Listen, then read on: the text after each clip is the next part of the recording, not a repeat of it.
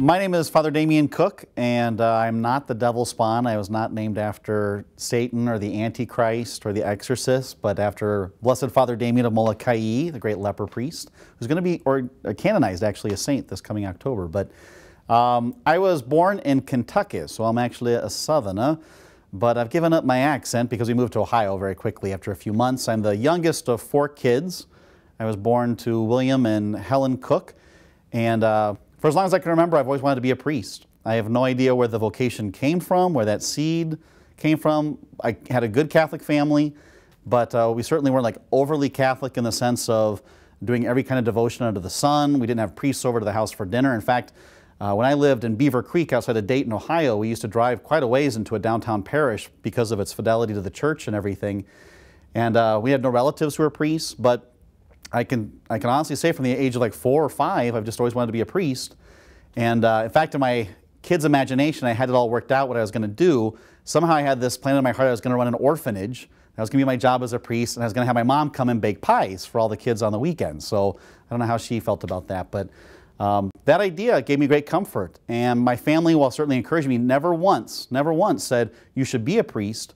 I just kept telling them I wanted to be a priest. And in grade schools, when you'd have vocations days or career days, I was the only guy in the whole class that said I wanted to be a priest. And it got a little unnerving after a while because I felt sort of odd or freakish. I was like, I'm the only guy who wants to be a priest. But the idea gave me great comfort. And it wasn't until I got older, the only question for me really, after investigating law and acting and just all kinds of different things, thinking about what else could I do, and dating, that I just thought, I really want to be a priest.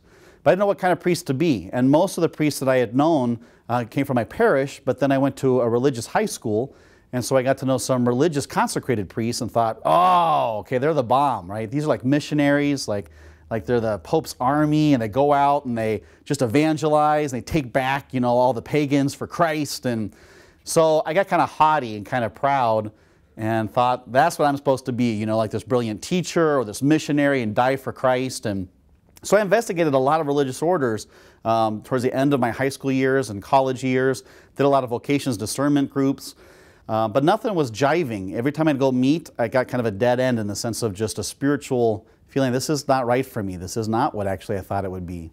So here I'm inspired by all these saints that started all these religious orders, and then I go to the religious orders and I just thinking, wow, what am I supposed to do, Lord? I know you want me to be a priest, but I have no idea what kind of priest to be. So somebody said to me at one point, they said, well, why don't you go visit with like the diocesan priesthood, you know, visit the vocations office. And I thought, the diocesan priesthood, like who wants to be a diocesan priest? Come on, they're just priests.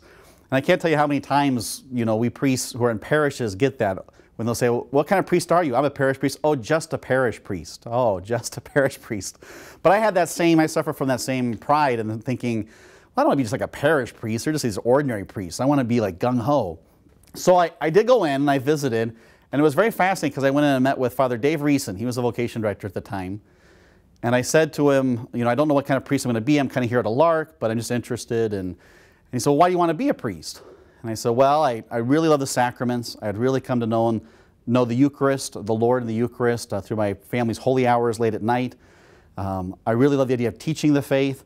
I love the church. I just love Christ. I mean, I wanted to be with people. I love kids. I like adults. I like elderly. He said, well, that's what a parish priest does. And something kind of clicked for the first time. I thought, yeah, that's all the things I love about the priesthood are all the things that a parish priest does every single day.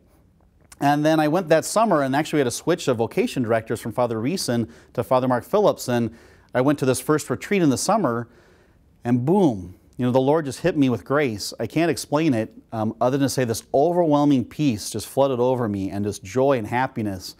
And it's never left. That was the one moment where the Lord really gave me the gift to say, you're called to be a parish priest, a diocesan priest, to be among my people. And I love the parish priesthood. I love it completely. So I'm so thankful to the Lord that He finally called me and told me what I was supposed to do because I wouldn't give it up for anything.